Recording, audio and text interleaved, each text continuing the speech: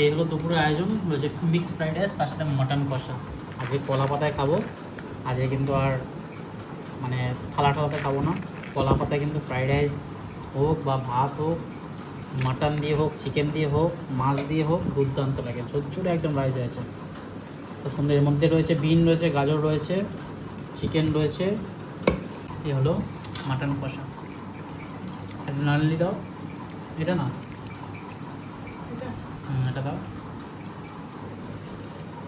সেরা একটা পিস, এটা খেতে কিন্তু দারুণ লাগে। একটা আলু দাও।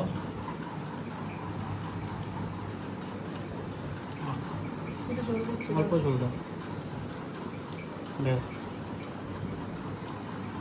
এ হলো মাটন। দেখেই ভাবছি কতক্ষণে খাবো। ব্যাস, আর একটা চর্বি আছে, ওই চর্বিটাতে। ওটাই ওটাই ওটাই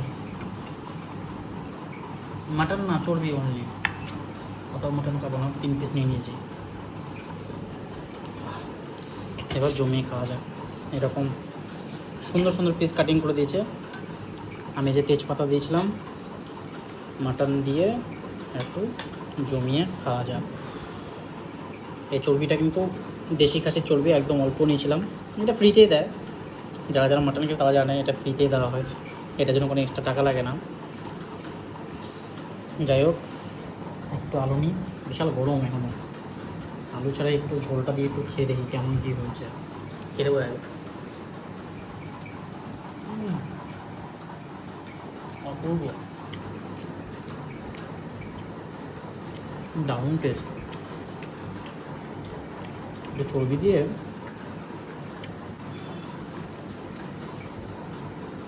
বৃষ্টির দিনে বাড়িতে যদি এরকম আয়োজন হয়, আর কি লাগে।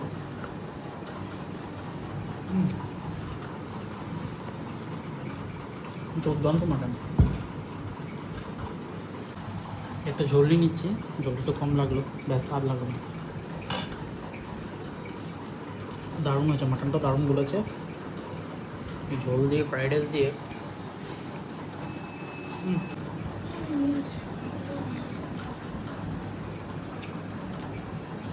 মাটনটা কীরকম বলেছে দেখো।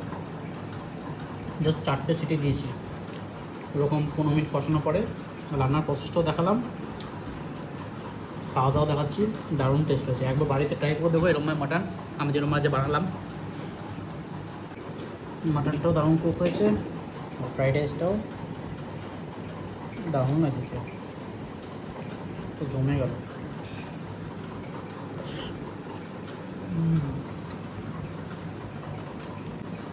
এই পিসটাও মাটনের সেরা লাগে। আমি সবসময় পায়ের মাংস নিই, পায়ের মাংস নিলে কি চর্বিটা কম থাকে, সিনাতে গর্দানে ওদের চর্বি বেশি থাকে। যে খাওয়া দাওয়া তো জমে গেল।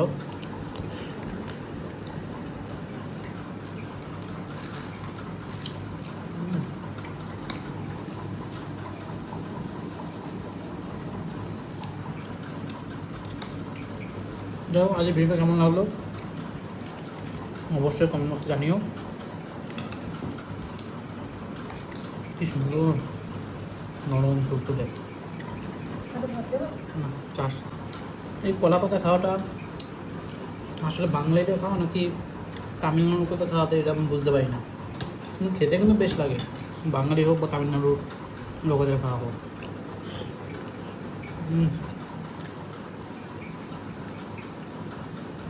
আর ওটা চন্দ্রমুখী আলু তো দারুণ টেস্ট, মিষ্টি। মাটনের পিসগুলো আজ বেশ বড় বড় কেটেছে, 40-50 গ্রাম পিস হবে এক একটা।